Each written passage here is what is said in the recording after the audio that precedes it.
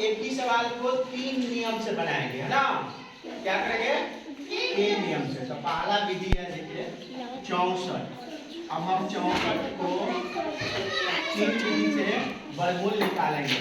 तो ऐसा घटाव विधि से देखते हैं। तो ऐसा संख्या इसमें से घटाएंगे जो विषम संख्या हो, यानी 2 से भाग देंगे परिणाम करके, उसी को विषम संख्या कहता है। तो इसमें से हम विषम संख्या घटाएंगे। तो घटा दिए तो कितना आया यहाँ पर? घटाए तो 63।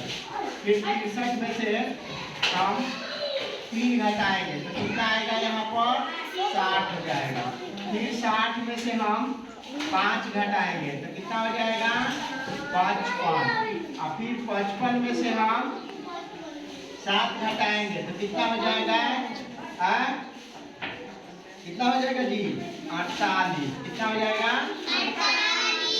48 में से हम फिर 9 घटाएंगे तो कितना हो जाएगा? 39।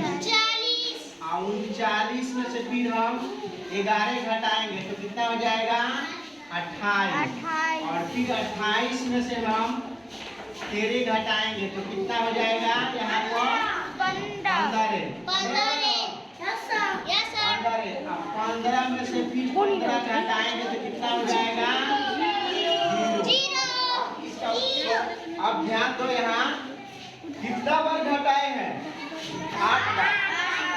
1 2 3 4 5 6 7 8। तो हमारा वर्गमूल हो जाएगा 8। जितना बार घटाएंगे वही हमारा घटाव विधि में वर्गमूल हो जाता है। तो वर्गमूल हो गया हमारा। आप गुणनखंड विधि समझो, दूसरा नियम है, भला मत करो। दूसरा नियम समझो गुणनखंड विधि से। तो गुणनखंड विधि में हम क्या करेंगे? गुणनखंड करते हैं। 64 का अभाज्य गुणनखंड निकालेंगे इसका। तो 2 3 6 2 4 हो गया। फिर 2 एकम 2 2 6 12 2 8 16 2 चौका 8 2 2 नीचे 4। अब कितना बार में कटा? 1 2 3 4 5 6। तो ये 64 का वर्गमूल निकालना है हमको गुणनखंड विधि से। तो इसका हमने गुणनखंड किया तो आया 2 आया 6 गो। कितना आया? 2 6 गो आया, है ना। 2 कितना आया जी? 6 गो। तो 2 गुने 2 गुने 2 गुने 2 गुने 2 गुने 2। तो 3 आते 6। तो 2 2 का जोड़ा लगाएंगे। कितना का जोड़ा लगाएंगे? 2 को जब जोड़ा लगेगा तो 1 बाहर निकलेगा।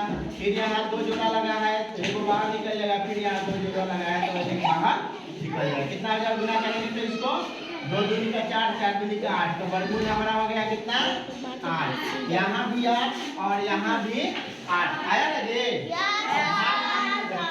देखो भाग विधि से हम वर्गमूल कैसे निकालते हैं। अब हम इसमें देखेंगे कि 64 किसके पारा में है? 64 किसके पारा में है? 8 के पारा में 64 है। तो यहाँ 8 लिखेंगे और फिर यहाँ 8 लिखेंगे और 8 लिखेंगे और 8 8 कितना हो जाएगा? 16। फिर 8 8 जोड़ दिए तो 16 और 8 में यहाँ गुना करेंगे तो यहाँ हो जाएगा 64। ये 64 कट गया। वर्गमूल हमारा 8 है। तो वर्गमूल कितना आ गया? इसमें भी इसमें वर्गमूल कितना आया जी? भाग विधि में भी 8 वर्गमूल आया। वर्गमूल हमारा ये सही है कि गलत, इसके जांचने के लिए क्या करते हैं कि वर्गमूल में 2 से गुना कर देते हैं तो 16 आ गया। तो ये और ये मिल जाता है तो हमारा वर्गमूल सही है, नहीं तो गलत है। तो वर्गमूल हमारा सही है। अब तो हम लोग क्या सीखे? वर्गमूल को 3 तरह से निकालने के लिए हम लोग सीख गए, समझे। अगर अच्छा लगा तो लाइक भी कीजिए, कमेंट भी कीजिए और सब्सक्राइब भी कीजिए।